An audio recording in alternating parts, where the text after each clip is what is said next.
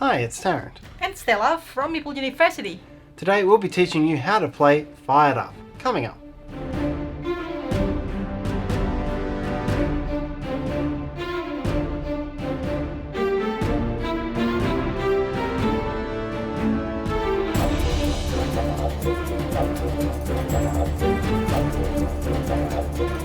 Let's learn to play Fired Up. Game designed by Yorgos Eleftheriadis and Theophilus Koutrouvis and published by Drawlab Entertainment. If you find value from this video later, please hit the like button, subscribe to us, hit the bell and leave your feedback in the comments for others to find. Now, are you fired up? Let's get to the table. Fired Up is a game of betting and neutral character influence set in a futuristic arena combat. 4 or 5 combatants will battle it out against each other in this arena, while human players will use their influence from the stands to attempt to change the outcome in their own favour, either to win the bets they've placed on the betting board or to replicate the highlights they want to see from highlight cards in their hands. The player with the most points at the end of 4 rounds wins the game.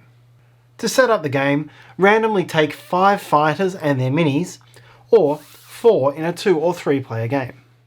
Arrange them randomly in the 5 spaces around the edge of the main board and place the mini so that it's oriented facing to the left.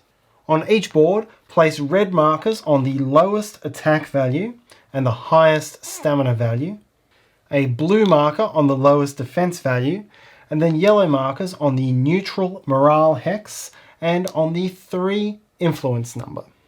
Rank all fighters by their starting speed, shown here, and then place the corresponding speed tokens onto these hexes. Shuffle the highlights deck and then deal each player a starting hand of 4 cards. Also give each player 6 purple influence dice, or 5 in a 5-player game, 2 of the red and grey social tokens flipped over to the grey side, and their hand of betting cards in player colour. Each betting card depicts a fighter, and if the fighter is not in the game, the matching betting cards can also be removed. On the betting board, separately shuffle the early, mid and late bet cards, and then deal 1 of each into these 3 slots at the top of the board. Return the rest to the box.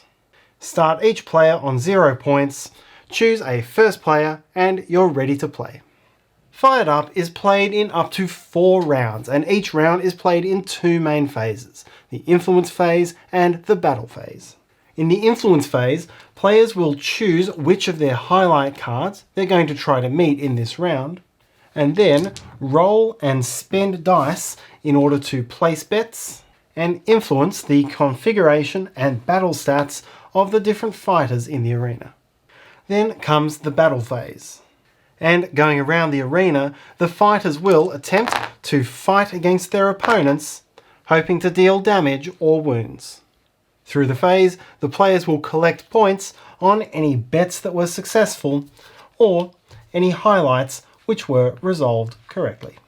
There'll then be a short cleanup before the influence phase of the next round. The first step of the influence phase is to choose your highlight cards for this round. Out of your hand of 4 cards, you may look and choose any 2 of them to place face down on the table in front of you and retain 2 in your hand. The ones in your hand will be the ones you're trying to complete this round. The 2 on the table you'll pick up again at the end of the round for possible completion on subsequent rounds. Then, starting with the first player and going clockwise around the table, players will take it in turns to roll their influence dice and then spend dice to influence the fighters. On your turn, you will go through the following steps. First, roll all of the influence dice that you have left over from your previous turns. You may then do a single Yahtzee reroll of any number of those dice. Then choose a single fighter, and you may spend between 1 and all of your dice in order to influence that particular fighter. This can be a combination of different actions depending on what the faces of your dice are, and I'll go through those actions shortly. Once you're done, reduce the influence value on that fighter by 1 step. Eventually, a fighter's influence value may drop from 1 to 0, and after this, no other players may influence that fighter again this round. You must always spend at least 1 die on your turn, and so if you cannot or do not wish to, you simply discard 1 die back to the reserve and do not change the influence value on any fighter. Once you've finished your turn, play passes to the next player clockwise and so on around the table. If it comes to your turn and you have no dice remaining, then you are skipped in the turn order for the rest of the round. We'll now look at the actions corresponding to each face on the influence dice. This symbol is a stats buff and can be spent to increase either the attack or the defense value by 1 step. Dice spent on this action are returned to the general reserve. The morale icon, which can serve as either a thumbs up or a thumbs down, is used to affect the morale of the fighter. Think of it as booing or cheering on the fighter from the stands. When you use one of these, you place the dice onto either the thumbs up or the thumbs down spaces next to the board. These remain there for the rest of this influence phase, and there is no limit to the number of dice that can be placed on a row. Simply continue the row off the tile. The sprint icon is used to change the relative speeds of the fighters, which impacts which order they will act in during the battle phase. To spend a sprint on a fighter, place it into this hasten spot and then exchange that fighter's speed token with the speed token of the next fastest fighter, like so. So here, the second fastest would become the fastest. If you wish to take the sprint action to take a token away from a fighter who already has a sprint die, then you must spend 2 sprint icons instead of 1. So for this fighter to take back the first place token, it would cost 2 sprint icons, like so. You then place one of these dice onto the icon and discard the other. You are also allowed to spend a sprint die simply to put a sprint die into this box without exchanging tiles. You can do this to protect the fighter's existing position in turn order, or to make them hastened, which can impact some of the highlight cards. You can use the target icon in one of 3 ways. Firstly, you can spend it and discard it in order to rotate a fighter to a different direction. And this influences which of the opponents it is going to target during the battle phase. You may spend the 1 icon and place it onto this lock space next to each of the fighters in order to lock it in position, protecting it from being rotated again. Or you may spend 2 target icons to remove a lock token that is already placed and rotate that fighter to another location without relocking them. Both of these dice are discarded to the reserve when you take this option. The 5th die face is the social icon, and this can be used in 3 very different ways. Firstly, you can spend one of these icons back to the reserve in order to place a bet onto the betting board. Choose any one of your betting cards and then place it into any one of the 3 betting slots on the row corresponding to the current round.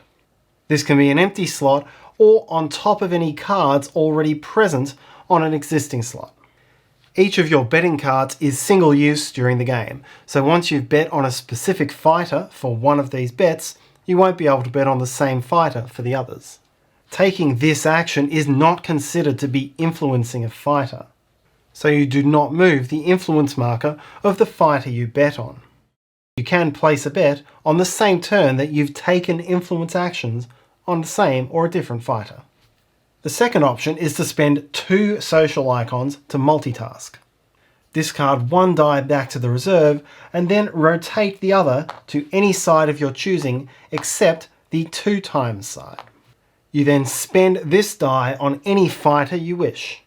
This can be a different fighter to the one that you've already influenced earlier in this turn, and if so, you also reduce the influence value on that new fighter. Your third option is to store that social icon. Spend the die and then flip one of your grey tokens over to its red side.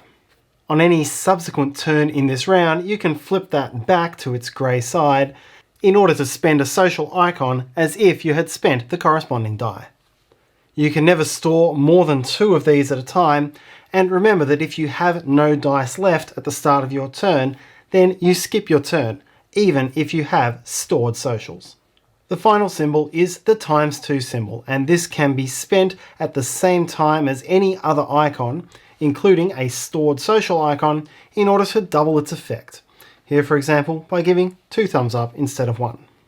Each symbol may only have one multiplier attached to it, so you could not attach 2 times 2s to a thumbs up to get 3 or 4. You can only attach 1.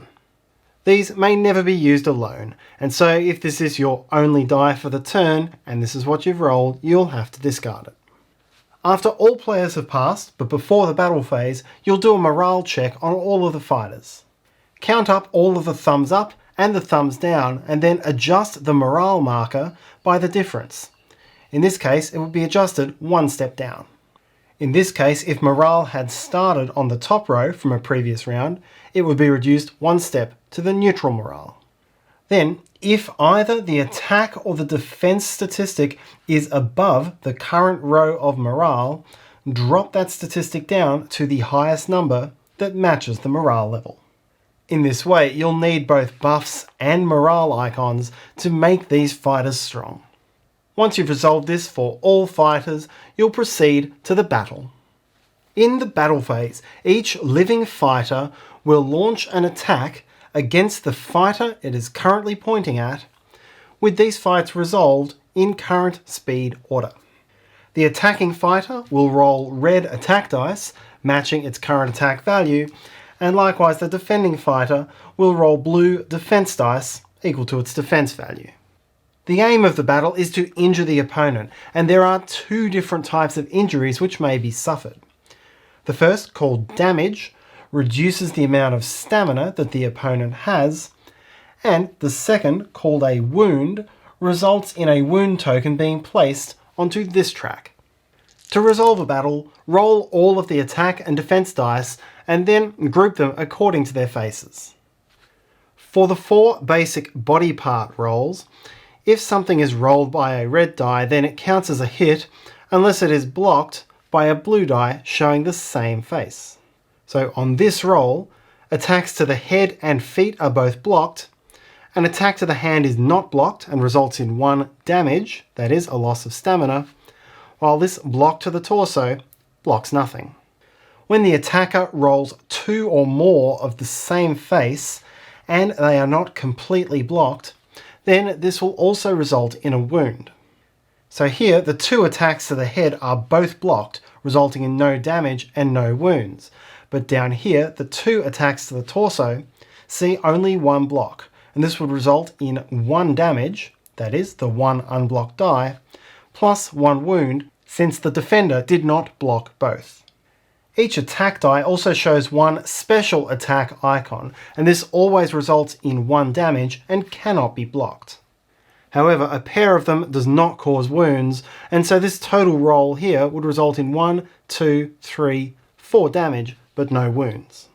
The defender also has the ability to counterattack against the attacker if they roll more symbols than the attacker on a body part where the attacker rolls at least 1. Here, for example, the 1 headshot is blocked and then counterattacked twice, resulting in 2 damage to the attacker. These 2 feet, on the other hand, do not counterattack because the attacker rolled no feet. All of these attacks still sneak through for 4 damage and 1 wound, while counterattacks never cause wounds, even if more than 2 of the symbol is rolled. Each defense die also has a special defense icon, which counts as a wild defense against any of the 4 main body parts, but not against the special attack. These should always first be allocated in such a way that they prevent wounds, then to prevent damage, and then to gain counterattacks. The net outcome of this roll would be 1 damage and 1 counterattack damage. Those are all the different attack rules, but just to show you a couple more examples to make sure you understand it, this battle here would result in 2 damage to the defender and 1 counterattack against the attacker. This would be allocated as such to give a total of 5 damage and 1 wound against no counterattacks. And this would be resolved as 3 damage, 2 wounds, and 1 counterattack. A fighter which runs out of stamina or runs out of open wound slots is eliminated. Remove all of its components from the game. Remove the lowest speed marker and then shuffle all of the fighters up 1 in the speed order. For the rest of this battle phase, fighters who are pointing at the eliminated space will skip their attacks. After all of the fighters have attacked or skipped in this way, it is the end of the battle phase. During the battle phase is when players will play the highlight cards from their hand in order to gain the points shown. There are 3 different types of highlight: start, fight, and end. A start card must be played before the first battle, immediately after the morale check. A fight card is played during any individual battle where it applies, and an end card must be played after the last battle is complete and before setting up for the next round. Each highlight will have 2 or 3 levels of difficulty, each worth an increasing number of points.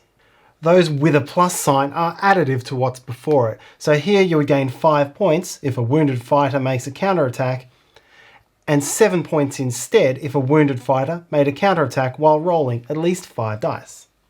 Where there is no plus sign, the more difficult criterion completely replaces the easier one. Many cards call on you to look for the highest or lowest of a certain statistic, and anytime there's a tie, you use the fighter's speed as the tiebreaker. Each card is single use and is discarded after it's played. With fight cards, players will often have to make a choice between playing the card for its lower points value or hanging onto it in the hope that the higher scoring condition eventually occurs. The other way scoring may trigger is on the betting board, and for the early and middle bets, these will resolve as soon as their condition is met. If a player's bet is correct, they'll score points based on the round they bet in and how early they bet relative to opponents. Say for example that May was the character that met the lethal condition. Flipping the round 1 deck over, the first player to place that bet was blue and was correct, so would gain 4 points for being first and 3 for doing it in round 1, a total of 7. Yellow was the next player to make that bet and so would gain 3 for being in the first round and 2 for being second, a total of 5. Next we would check red, who bet incorrectly, so would get nothing. Next we would flip this one over and find that purple was correct and would score 1 point for round 3 and 1 for being third. And finally, green, also correct, would score 1 point for round 3, but no points for this sequence. All of these bet cards are removed from the game, and this bet will not trigger again, so you can flip it down. The late bet is always resolved at the end of the game. Once the battle phase is over, you will clean up and prepare for the next round. If any fighter is looking at an empty space due to an elimination, rotate that fighter to look at the closest character to their left. Remove all dice from the board and reset the influence markers for each fighter to 3, but leave all other statistics where they are. Each player must then discard any highlight cards left in hand which were not scored, picks up the 2 highlight cards that were placed on the table at the start of the previous round, draws 2 more cards up to a hand of 4, then takes back influence dice. This will be 6 or 5 in a 5-player game, and you will remove 1 additional die for each fighter which has been eliminated, down to a minimum of 3. Advance the round marker to the next round, and give the first player marker to the player who is currently trailing on the scoreboard, or whoever was later in the previous round's turn order if there was a tie. The game will end at the end of the 4th round, or at the end of the round in which only 1 fighter remains. Resolve any points from the late game bet, and the player with the highest score wins. To play the game with 2 players, you'll alter the setup slightly so that each fighter begins with these tokens on the lowest middle row value, rather than the lowest overall. Then at the start of each round, you'll set 1 influence die to each face into a common supply next to the board.